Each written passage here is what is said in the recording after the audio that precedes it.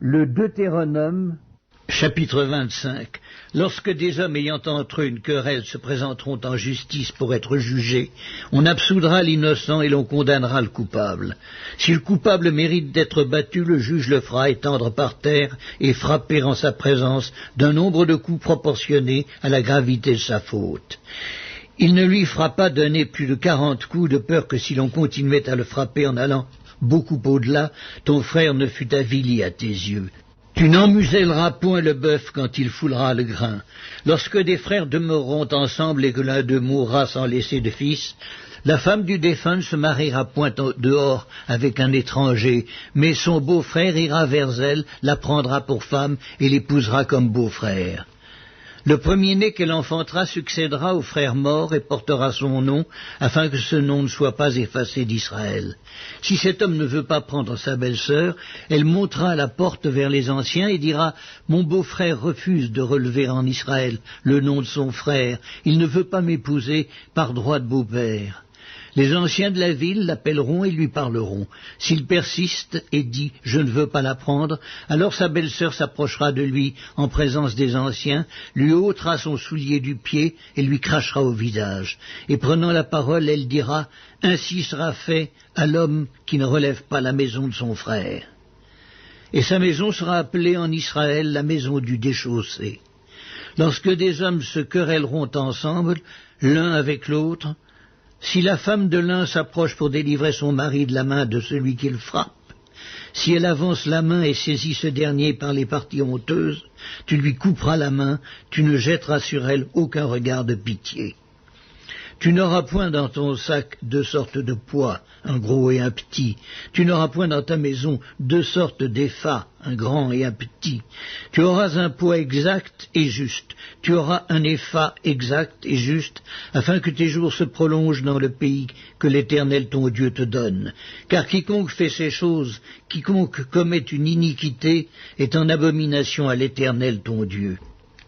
Souviens-toi de ce que te fit Amalek pendant la route, lors de votre sortie d'Égypte, comment il te rencontra dans le chemin, et sans aucune crainte de Dieu tomba sur toi par derrière, sur tous ceux qui se traînaient les derniers, pendant que tu étais là et épuisé toi-même.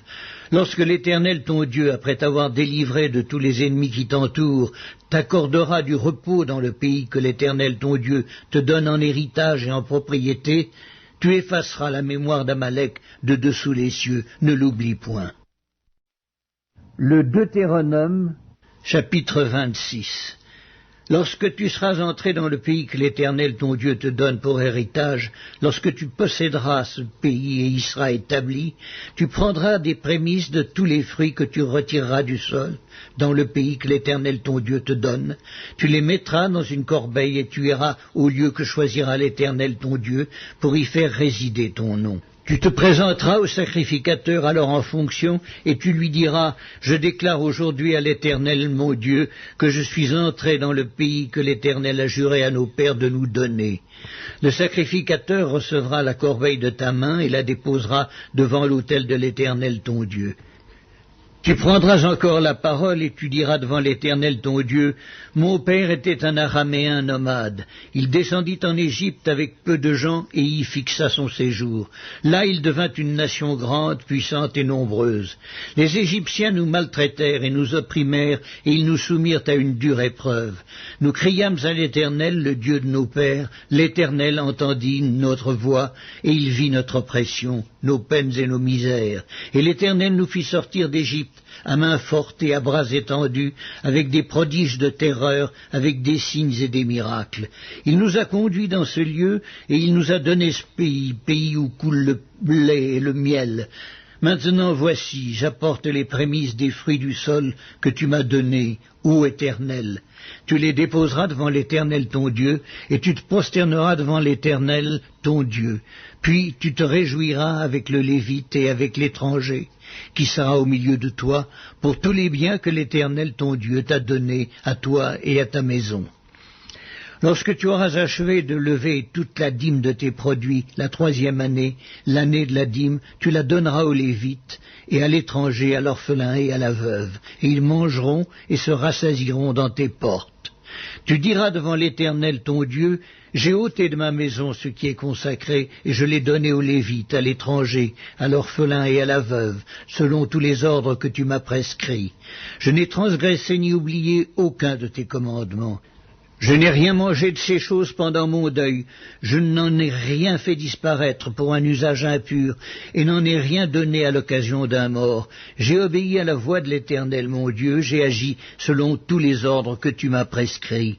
Regarde de ta demeure sainte des cieux, et bénis ton peuple d'Israël et le pays que tu nous as donné, comme tu l'avais juré à nos pères, ce pays où coule le lait et le miel. Aujourd'hui, l'Éternel ton Dieu te commande de mettre en pratique ses lois et ses ordonnances. Tu les observeras et tu les mettras en pratique de tout ton cœur et de toute ton âme. Aujourd'hui, tu as fait promettre à l'Éternel qu'il sera ton Dieu, afin que tu marches dans ses voies, que tu observes ses lois, ses commandements et ses ordonnances, et que tu obéisses à sa voix. Et aujourd'hui, l'Éternel t'a fait promettre que tu seras un peuple qui lui appartiendra, comme il te l'a dit, et que tu observeras tous ses commandements, afin qu'il te donne sur toutes les nations qu'il a créées la supériorité en gloire, en renom et en magnificence, et afin que tu sois un peuple saint pour l'Éternel ton Dieu, comme il te l'a dit. Le Deutéronome, Chapitre 27. Moïse et les anciens d'Israël donnèrent cet ordre au peuple. Observez tous les commandements que je vous prescris aujourd'hui. Lorsque vous aurez passé le Jourdain pour entrer dans le pays que l'Éternel ton Dieu te donne, tu dresseras de grandes pierres et tu les enduiras de chaux. Tu écriras sur ces pierres toutes les paroles de cette loi lorsque tu auras passé le Jourdain pour entrer dans le pays que l'Éternel ton Dieu te donne, pays où coule le lait et le miel, comme te l'a dit l'Éternel, le Dieu de tes pères. Lorsque vous aurez passé le Jourdain, vous dresserez sur le mont Ébal ces pierres que je vous ordonne aujourd'hui de dresser, et tu les enduiras de chaux. Là tu bâtiras un autel à l'Éternel ton Dieu, un autel de pierres sur lesquelles tu ne porteras point le fer. Tu bâtiras en pierre brute l'autel de l'Éternel ton Dieu. Tu offriras sur cet autel des holocaustes à l'Éternel ton Dieu. Tu offriras des sacrifices d'action de grâce, et tu mangeras là, et tu te réjouiras devant l'Éternel ton Dieu. Tu écriras sur ces pierres toutes les paroles de cette loi, en les gravant bien nettement. Moïse et les sacrificateurs, les Lévites, parlèrent à tout Israël, et dirent, Israël, sois attentif et écoute. Aujourd'hui tu es devenu le peuple de l'Éternel ton Dieu. Tu obéiras à la voix de l'Éternel ton Dieu, et tu mettras en pratique ses commandements et ses lois que je te prescris aujourd'hui. Le même jour, Moïse donna cet ordre au peuple. Lorsque vous aurez passé le Jourdain, Siméon, Lévi, Juda, Issachar, Joseph et Benjamin se tiendront sur le mont Garizim pour bénir le peuple. Et Ruben, Gad, Azer, Zabulon, Dan et Nephtali se tiendront sur le mont Ébal pour prononcer la malédiction. Et les Lévites prendront la parole et diront d'une voix haute à tout Israël, maudit soit l'homme qui fait une image taillée ou une image en fonte, abomination de l'Éternel, œuvre des mains d'un artisan, et qui la place dans un lieu secret. Et tout le peuple répondra et dira Amen.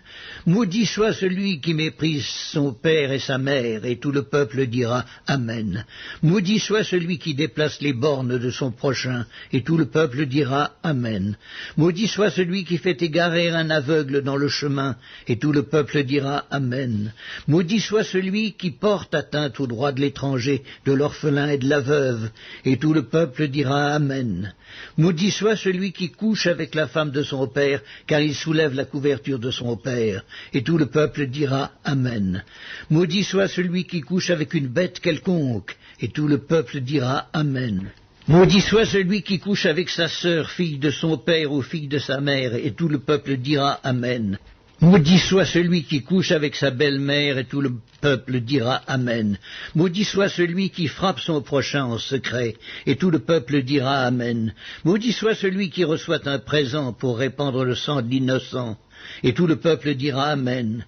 Maudit soit celui qui n'accomplit point les paroles de cette loi, et qui ne les met point en pratique, et tout le peuple dira Amen.